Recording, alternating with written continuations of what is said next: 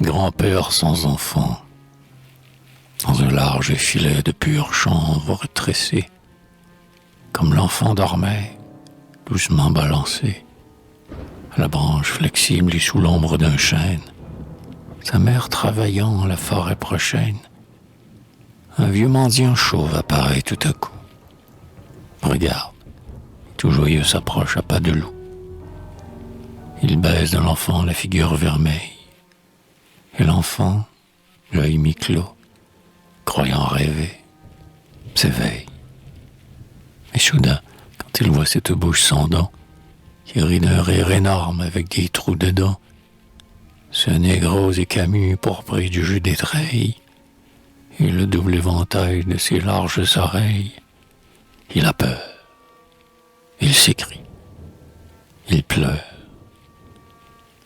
Mais le vieux, avec un air si bon, cligne ses petits yeux, et dans sa grosse voix met un accent si tendre que l'enfant s'apprivoise et se laisse enfin prendre, et doucement frissonne au poitrail inconnu qui chatouille du poil son petit pied tout nu. Avec ses doigts mignons, dans cette toison grise, il s'amuse à tirer chaque boucle qui frise, pour la voir revenir sur elle brusquement. Puis, montrant le gros nez, avec un bégaiement, il rit, l'admire, y met les deux mains et s'en joue. Pour souffler dedans gonfle déjà sa joue. Mais le vieux se détourne, et par cause alternée, lui frotte malgré lui sa barbe sur le nez, jusqu'à ce que, saisi par l'oreille, il s'arrête. Alors au coup mutin, il présente sa tête. Et l'enfant, ses poings qui tombent tour à tour, tape sur le front nu comme sur un tambour. Le vieillard cependant crie en riant sous cape.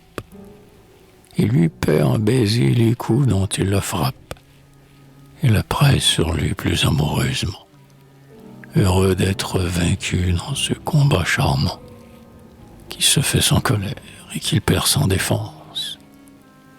Car toujours la vieillesse est bonne pour l'enfance. Mais quel est le plaisir qui ne soit pas amer? Dans le cœur du vieillard soudain, comme une mer, montent 1000 regrets qui s'épanchent en larmes. Du bonheur qu'il n'eut pas, il sent trop tard les charmes, lui qui n'a jamais eu famille ni foyer, ni de femme à chérir, ni d'enfant à choyer.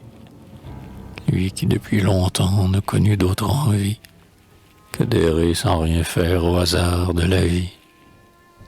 Il se prend à songer, tout bas, avec douleur, que le travail est bon, alors qu'il a pour fleur un enfant dont on veut rendre le sort prospère. C'est triste pour un vieux de n'être pas grand-père.